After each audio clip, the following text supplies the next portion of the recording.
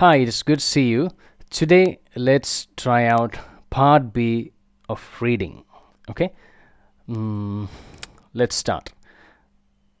So, in part B, you have 6 questions to answer. Unlike part A, you have to read thoroughly and get the answers. Okay, കുറച്ച് techniques tricks നമുക്ക് പഠിക്കാം. Question number 1 here.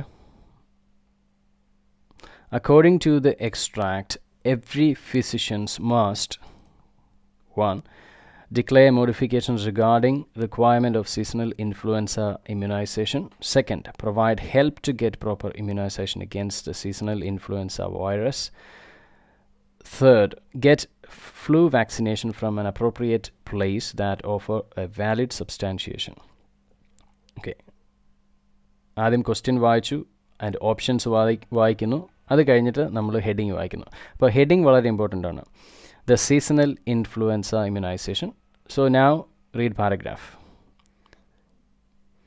In an effort to protect our families, visitors and colleagues, we are announcing an important change regarding the requirement of seasonal influenza immunization for all employees, physicians, active volunteers, vendors, contracted staff and students. As healthcare providers, it is our responsibility and obligation to protect our patients, visitors, and colleagues, as well as ourselves and our family members by being immunized against the seasonal influenza virus. As we have done in the past, seasonal influenza immunizations will be provided free of charge to all employees, physicians, contracted staff, and active volunteers. Participation in this year's seasonal influenza immunization program is required. All employees, physicians, contracted staff, active volunteers, and students will be required to do one of the following. First, receive a flu vaccination through RH Occupational Health Office. Second, provide proof of immunization if you received a vaccination outside the RH's planned immunization program or from another healthcare provider or local pharmacy, for example. So our answer is here. All employees, physicians must do something. So that's what the question is. According to the extract, every physician must do something. So let's look at it. A. Declare modifications regarding requirement of seasonal influenza immunization. It's not given like that. Second, so that's what you can use elimination method or you can directly find out the answer. Okay, if you eliminate the wrongs, you will get the right one. So A is wrong. Second one, provide help to get proper immunization against the seasonal influenza virus. No. Appam C ആയിരിക്കും. Could be C. So C, get a flu vaccination from an appropriate place that offer a valid substantiation. അല്ലേ?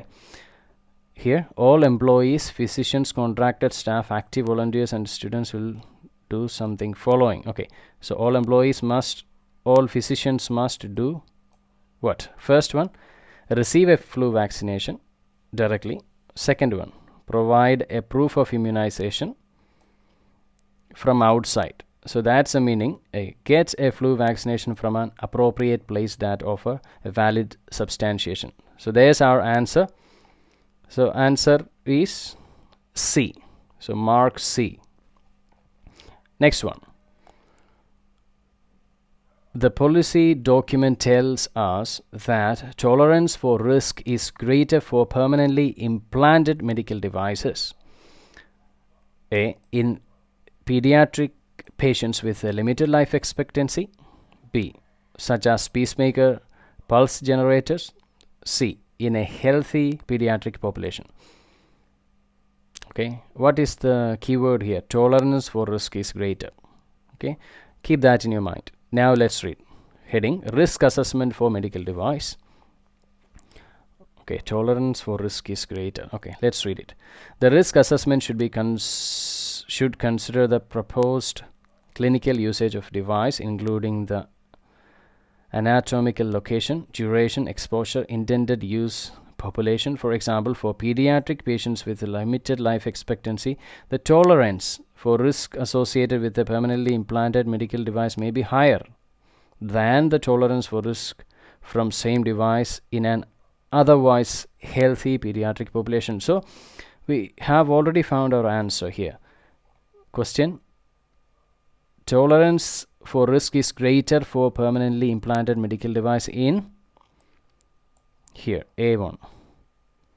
Pediatric patients with limited life expectancy, the tolerance with permanently implanted medical device is higher. Higher is greater, same thing. In pediatric patients with limited life expectancy. So we have got our answer directly. Easy. So next one. What is being described in the section of the guidelines? So this you have to be careful. അപ്പം ഇതിൻ്റെ സമ്മറിയാണ് ചോദിക്കുന്നത്. Totally എന്താണ് meaning വരുന്നത്. അപ്പോൾ നമ്മളത് മൊത്തം വായിച്ചിട്ട് മനസ്സിലാക്കണം അതിൻ്റെ concept. You have to understand the total concept in order to answer this question. What is being described? A. Changes in procedure. B. Best practice procedures. C. Exceptions to the procedure. Heading: Patient admission. So we have to read it fully. If the patient medically requires hospital inpatient service and the physician believes that the patient will need to stay in the hospital at least 2 midnights, the physician should order inpatient admission. If the patient does not medically require inpatient hospital services or the physician does not expect the patient to stay past 2 midnights, the physician should order observation or outpatient services. The certification must be signed and documented in the medical record prior to patient discharge.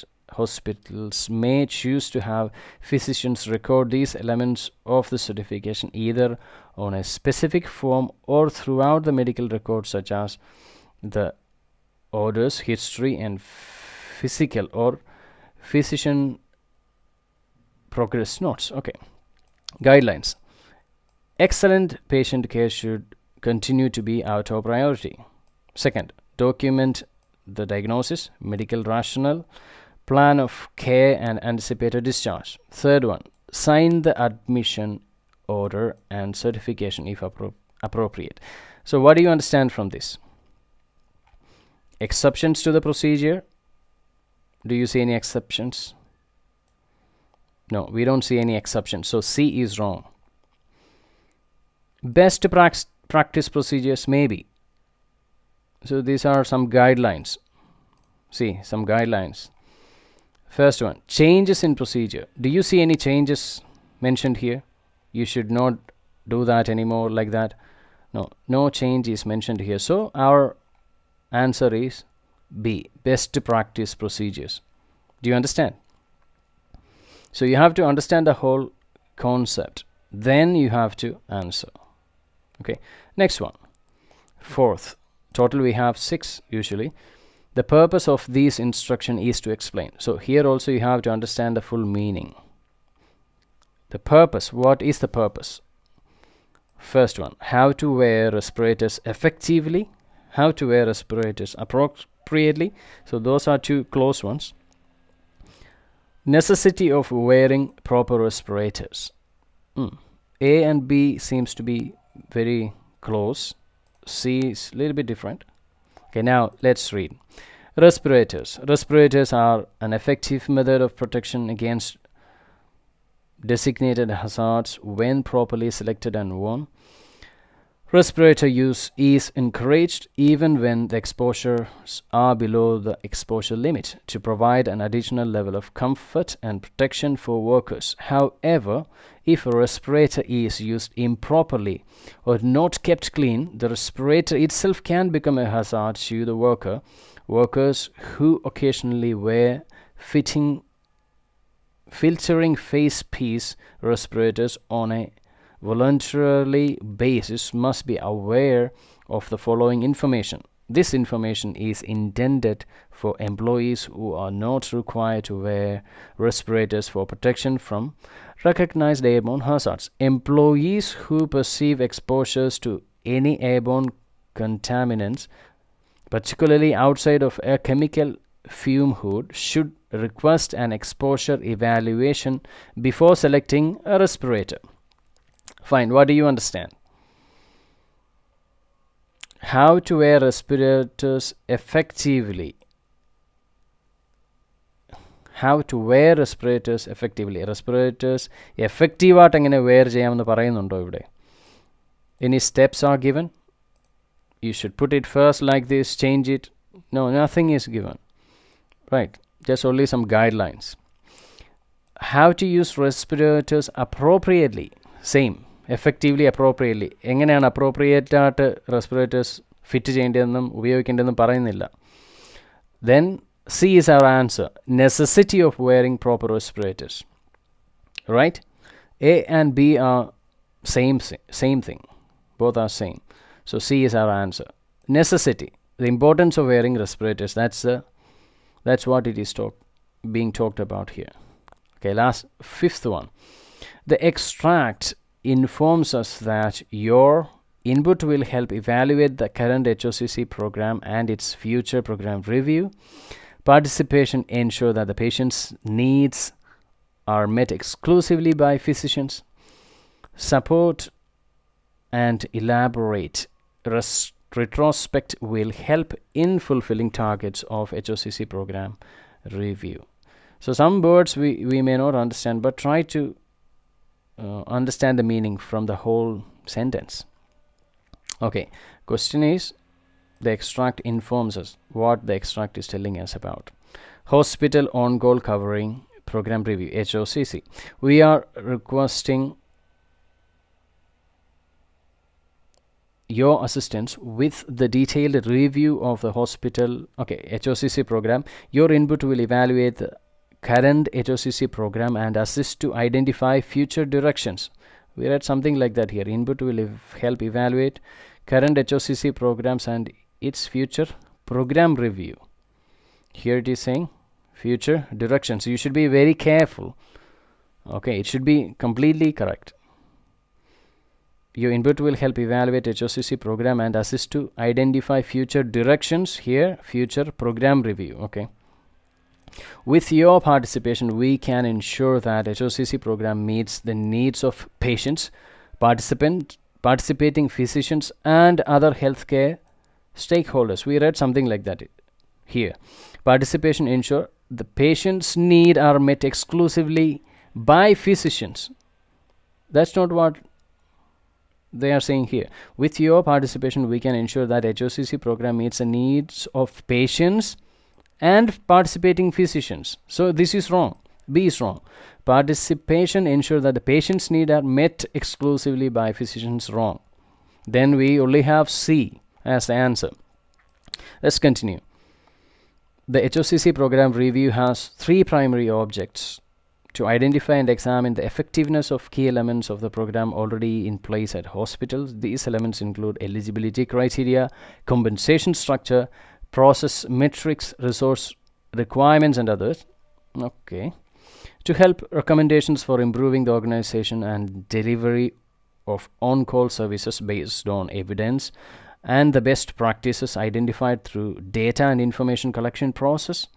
Third one, to explore specific issues, participation of doctors, use of regional call networks, and coverage of long-term care, sexual assault centers, chronic care facilities, and palliative care programs. So 3 things are given. Let's see. Support and elaborate retrospect will help fulfilling targets of HOCC program review. So these points, 3 points, something it is similar to this one. Support and elaborate. Your participation will support and elaborate. Retrospect will help in fulfilling targets of HOCC program review. It will help you to help them to fulfill the targets. So is that what they are saying here? To identify, examine effectiveness, eligibility, resource, fine. To develop communications, improving delivery, blah blah blah. Identify through data, best practices, to explore issues, blah blah blah blah. So totally they're saying it will help them to do something. So that's what we are going to select. Support and elaborate retrospect will help in fulfilling targets of HOCC program. A looks very close, but something is missing here. Future program review is wrong here. Future directions. not program review, and direction is just opposite. Program review means something already done, you're reviewing it. Directions means it's yet to come. So that's why A and B are wrong. So if you do not know the correct answer, just look for the wrong answer, eliminate them, then you will get the right answer. Let's go to the last one. What point does the extract make about processing of medical device? Processing of medical device. First, could significantly affect the biocompatibility of medical device. Includes passivating surface of medical device by acid bath or other method. Third one, use resin supplier to remove all processing solvents from medical device. A little bit complicated, right? Headings are very important. First sentence is super important, and if you say anyway, however, the study says that those things are super important. Identification of potential risks. What is it talking about? An assessment of potential biocompatibility risk should include not only chemical toxicity but also physical characteristics that might contribute to the unwanted tissue response. So this sentence is very important in every paragraph. The first one, they are talking about potential biocompatibility of chemical toxicity and physical characteristics. Okay, let's continue. These characteristics can include surface properties, forces or surrounding tissues, geometry, and presence of particulates, among others. In addition, changes in manufacturing and processing parameters can also have an impact on biocompatibility. Okay, for example, the original processing for an implanted device might include placing the device in acid bath to facilitate, okay, here acid bath comes, passivation of the implanted surface.